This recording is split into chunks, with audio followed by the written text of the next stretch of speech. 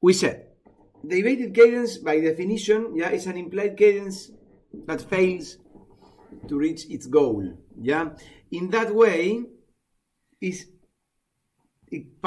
exactly the opposite to a deceptive cadence. Yeah, in that sense, because deceptive cadence finds a deceptive goal, reaches a deceptive goal. Yeah, well, this one doesn't. Yeah, this one doesn't achieve anything. Yeah, doesn't achieve a perfect authentic cadence, doesn't achieve an incomplete authentic cadence, and doesn't achieve a deceptive goal either. Yeah. The event appearing in place of the final tonic groups with the subsequent unit, yeah, and usually represents the beginning of a repetition of a prior continuation or cadential passage. These are literal words of Kaplan. Yeah, it's not me, it's him saying the definition. Yeah. So another point which differs, yes.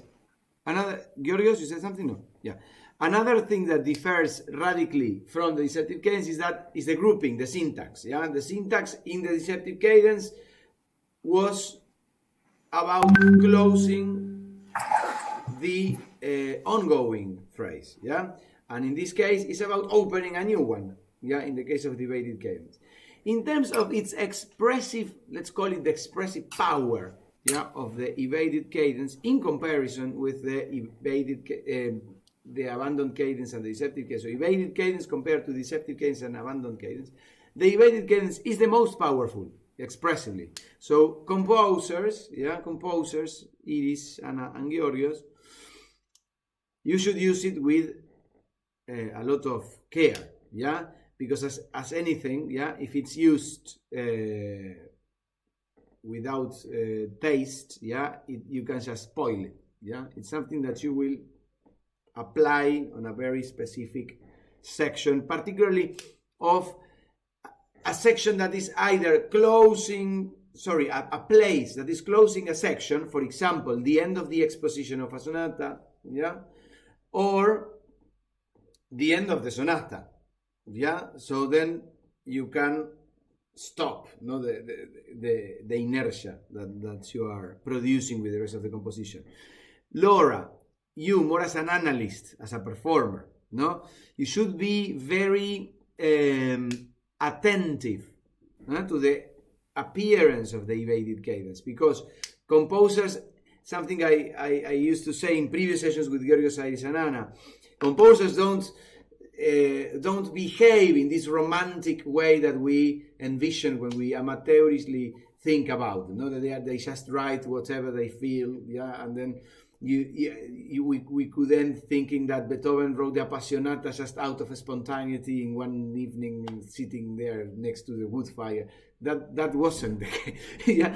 So Beethoven had bursts of inspiration, bursts of magical inspiration, yeah, when he created the themes of the sonata, when he envisioned, you know, the challenge, no, of making something different. That's the magical part of it, yeah. But when Beethoven plays an evaded cadence there, right, he was actually looking to fulfill a balance requirement of the piece. Yeah, it's technical. That sort of decision is technical. Yeah, it's not an inspirational decision. And why I link it with our responsibility as performers? Yeah, because as performers, we are responsible to showcase, yeah, and to enhance the text, yeah. So the texts are the notes, objectively written there, yeah. The texts are the dynamics, yeah. But there are some meta contents, yeah, embedded in these technical acrobacies, like evaded cadences, abandoned cadences, the way the themes are created, that should affect, yeah, the way we make our choices in relation to expression, for example, when we perform the piece. Yeah.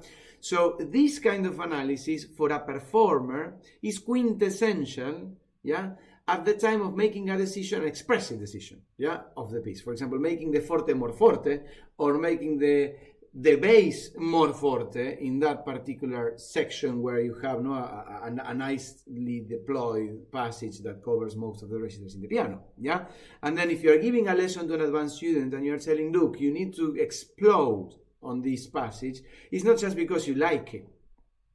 Yeah, it's because, yes, you like it, but you like it because it suits the piece, because there is an evaded cadence, which is a quintessentially expressive section of the piece, which requires more commitment, yeah, from the side of the performer. You see? So that's why for a performer, these kind of things are also very important, yeah, besides being a composer or not. Yeah? So, okay. So I go back to the definition. So two main elements, grouping and goal with evaded cadence. Grouping and goal. Remember, I want to staple that in your minds. Yeah, grouping and goal. So grouping, it leaves behind the ongoing phrase and starts a new one. Fundamental for the evaded cadence. Yeah, and then goal, it doesn't reach the harmonic goal, nor the syntactic goal. No, none of them. Yeah, just in the definition of the evaded cadence.